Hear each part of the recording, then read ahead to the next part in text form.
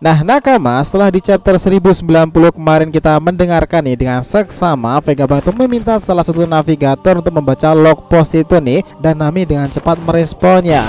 Dia mengatakan bahwa arah selanjutnya itu timur laut dari Egghead, dan ya semua orang kaget, begitupun Vegapunk karena itu mengarah ke pulau raksasa Elbaf, surganya pulau raksasa itu. Nah lihatlah guys, Luffy dan Usopp begitu girang karena sangat bersemangat itu pulau raksasa yang begitu dinanti-nantikan. Sebenarnya sih kapal Thousand Sun itu tinggal gas-gas saja nih. Cuma masalahnya itu di luar tuh dijaga para armada angkatan laut dan ada Admiral Kizaru. Lalu bagaimana nih cara mereka bisa kabur dari sana ya? Dan akan seperti apa pulau Elbaf nanti dengan berjuta misterinya itu? Nah tahu nggak nakama, bahwa pulau itu dijelaskan sangatlah indah loh, misterius sekaligus mistis. Letaknya itu jauh di utara Grand Line sana, dan wilayah ini dihuni oleh suku-suku yang khas di pulau tersebut. Dari sini kita akan mengungkap pulau itu dan tujuan kelompok Mugiwara mengunjungi Elbaf tersebut.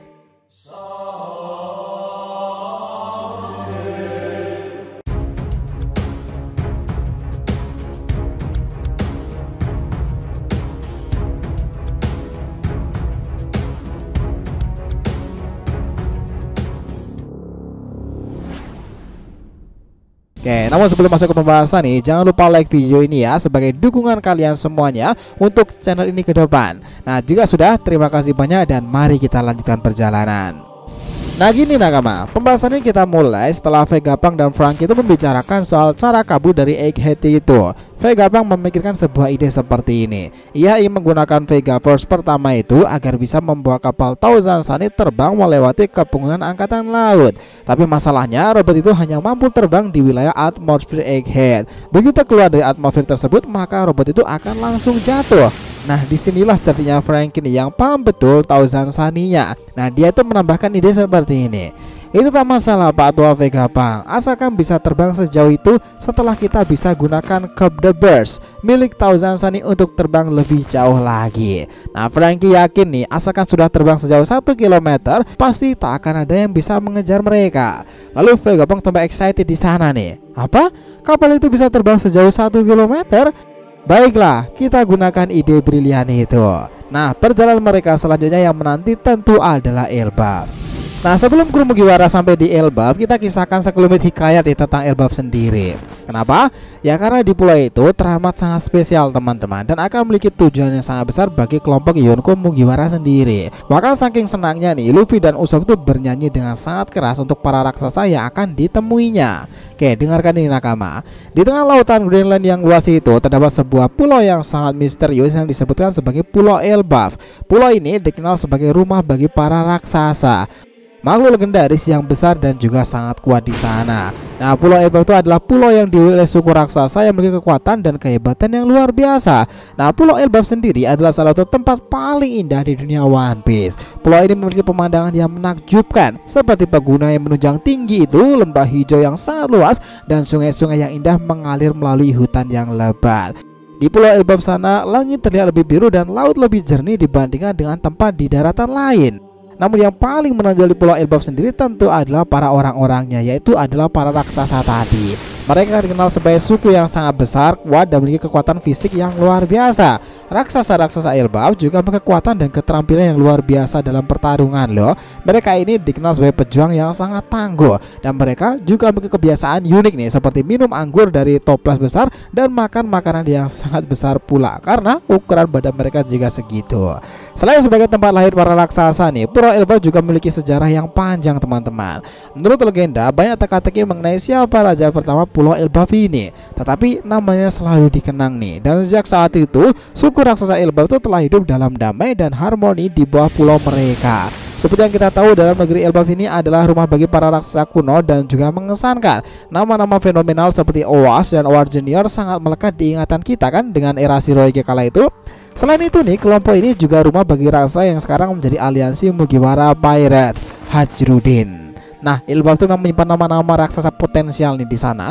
Tetapi jika mengacu dalam sebuah insiden yang tak terlupakan seperti Ohara, maka Jaguar di Saulo juga masuk di dalamnya. Bahkan catatan Ohara sendiri masih aman dan dijaga oleh para raksasa ini di sebuah tempat rahasia dalam negeri Elbaf tersebut.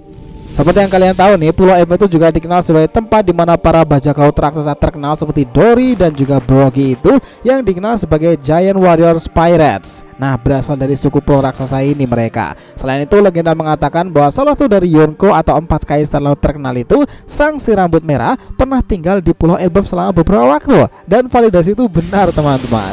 Pulau Elbaf sendiri telah menjadi tujuan para petualang di dunia One Piece sendiri karena banyak bajak laut dan petualang yang ingin mengunjungi pulau itu untuk melihat keindahannya nih dan bertemu dengan suku raksasa yang legendaris tersebut. Namun tidak semua orang dapat mengunjungi Pulau Elbaf loh, karena pulau ini dijaga dengan ketat oleh para raksasa yang sangat kuat dan juga cekatan. Selepas saga Wano Kuni kala itu nih, kelompok Mugiwara itu memang mampir ke Egghead untuk menjemput Dr. Vegapunk. Dan ternyata berada di Egghead hanyalah peralihan, karena saga sebenarnya sekarang ini puncaknya nanti adalah di Elbaf. Karena keberadaan mereka di Egghead itu sudah berada di puncak-puncaknya nih. Dan setelah peperangan dengan para Seraphim semakin panas lagi dan Admiral Stagurosei turun tangan, ketambahan nih Kizaru sudah bergerak sekarang ini. Nah, misi mereka selanjutnya tentu adalah kabur dari cengkraman Admiral Kizaru. Kenapa? Ya karena ketika awal arc ini nih, Vegapunk sudah mengungkapkan rahasia sebenarnya tentang Elbaf sendiri, bahwa insiden Buster Call di Ohara kala itu sebenarnya mereka para masyarakat dari Clover tetaplah menang, karena catatan-catatan dan literasi Ohara semuanya selamat pada insiden tersebut. Proses itu semuanya adalah karena para raksasa itu melubangi area pohon pengetahuan dan mereka menjaring buku-buku itu untuk segera diselamatkan. Nah, Vegapunk tahu jika pria yang memimpin insiden tersebut adalah raksasa dengan perban di sekujur tubuhnya itu.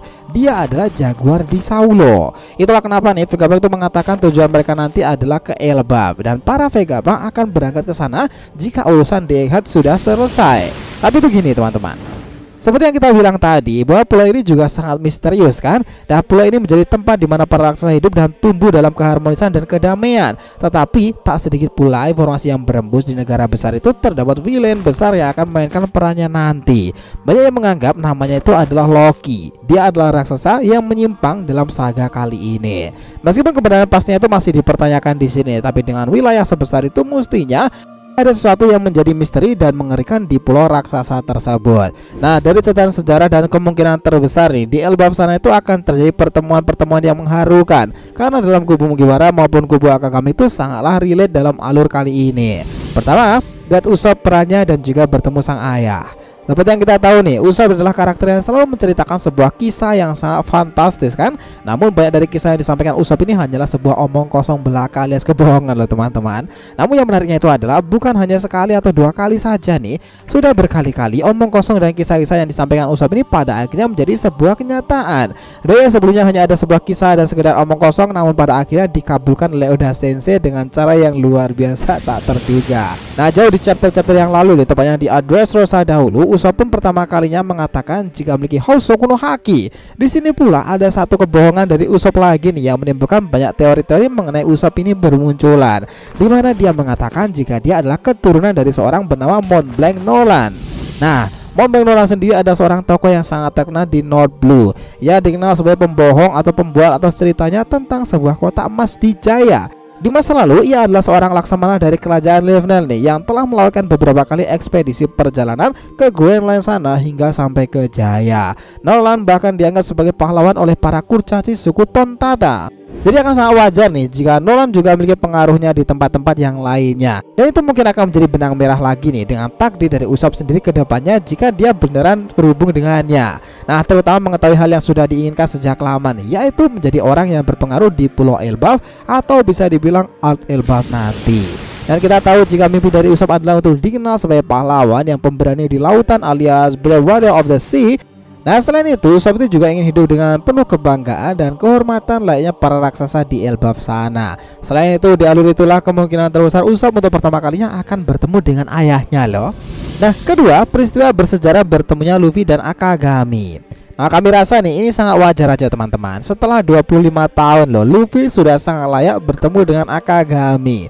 Apalagi di sana ada kemungkinan pertemuan antara Usopp dengan sang ayah juga kan.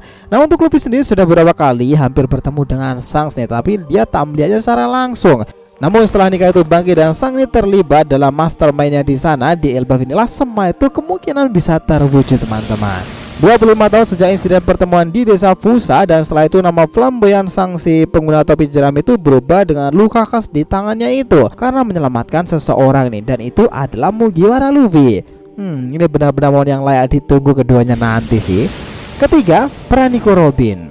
Ya, dibandingkan karakter lainnya, Nico Robin sangat berpeluang nih untuk tampil banyak di Elbaf nanti. Apalagi menyangkut misteri-misterinya kan, perihal Elbaf, Poneglyph maupun catatan sejarah yang selamat itu tentang literasi Ohara. Sudah sangat layak Robin itu memiliki kembali nih sejak insiden Buster Call dan akhirnya selamat itu. Dia yang pernah bertemu dengan Jaguar, kali ini Robin berkesempatan kembali menemuinya nih dan mengucapkan terima kasih karena telah menyelamatkan catatan-catatan penting yang dikumpulkan oleh para pendahulu orang-orang di Clover sana. Itu sungguh momen yang sentimental sih jika terjadi. Keempat tentu adalah Road Poneglyph teman-teman.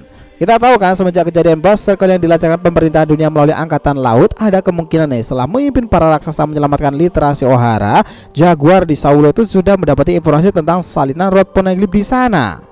Nah, ada alasan pastinya nih kenapa Kurohyugi pun juga curiga dengan pria dengan luka bakar itu yang membawa atau memiliki salinan Road Poneglyph terakhir. Nah, pertanyaan dari asumsi ini, kenapa hanya salinan bukannya dalam bentuk utuh ya? Itu semuanya dimulai dari sini teman-teman. Nah, kalian ingat nggak tentang Pulau Manusia Ikan? Di sana dikatakan bahwa 25 tahunan lalu Poneglyph itu awalnya terletak di hutan laut. Di sana ada sebuah pesan permintaan maaf dari seorang bernama Joy Boy kan. Nah, pada suatu titik tertentu keberadaan Road Poneglyph itu menjadi tidak diketahui dan saat itu dianggap hilang. Kenapa dianggap hilang? Ya bahkan Nico Robin juga sangat penasaran karena menemukan Road Poneglyph terakhir itu tidak ada petunjuk sama sekali. Hanya ada satu teori yang bisa aja relevan nih, jika kemungkinan itu hanyalah tinggal sebuah salin aja yang dijaga. Ataupun jika Road Poneglyph itu memang ada, itu pasti disimpan oleh seseorang yang setidaknya mengetahui rahasia dan pesan Joy Boy di masa lalu. Informasi tentang pria dengan luka bakar di mana prediksinya mengarah pada Jaguar di Saulo itu memang cukup relevan nih. Bahkan dialah yang mengetahui dan membawa salinan Road Poneglyph tersebut. Salinan itu awalnya ada di Ohara karena sempat diteliti oleh peneliti di sana. Tapi karena ia yang menyelamatkan buku-buku dan literasi di tempat itu nih, Jaguar di Saulo itu malah mendapat sesuatu yang mengejutkan, Road Poneglyph terakhir. Nah, karena itulah Kurohyugi sendiri curiga dengan hasil akhir insiden Ohara kala itu yang mana berhubungan dengan Jaguar pada akhirnya. Sekarang nih masalahnya, jika benar Jaguar di Saulo yang mengambil itu, maka informasi soal Poneglyph terakhir kabarnya di Elbaf memang akan semakin menarik lagi kan? Tahu apa permasalahannya? Nah, bisa jadi loh teman-teman, Elbaf nanti akan benar-benar menjadi tempat pertempuran para Yonko dunia baru. Karena jika Road Poneglyph berada di sana dan prediksi tentang manusia dengan luka bakar adalah Jaguar di Saulo sendiri, wah itu bakal menjadi plot twist terbesar di tahun ini sih. Karena kabarnya pertempuran di Elbaf tak hanya melawan dengan satu Yonko, tetapi tempat di mana pertempuran antar Yonko berada. Ya, kita tunggu aja nih tentang insiden besar di Elbaf yang saling berkaitan ini. Sebagai sebuah pulau yang indah dan misterius yang terletak jauh di utara Greenland sana, wilayah ini dihuni oleh para raksasa yang terhubung dalam saga besar menuju penemuan One Piece sendiri. Mungkin cerita itu akan berlanjut ke Lauk Tale. Jadi kayaknya cukup segitu dulu aja ya nakama pembahasan kita kali ini mengenai Nika dan para krunya itu memiliki hubungan kuat dan semuanya akan terbongkar di Elbaf sana. Nah, gimana nih menurut nakama semua tentang pembahasan kita kali ini? Nah, kan? Thanks a lot guys telah menonton video ini, and we'll be come back again.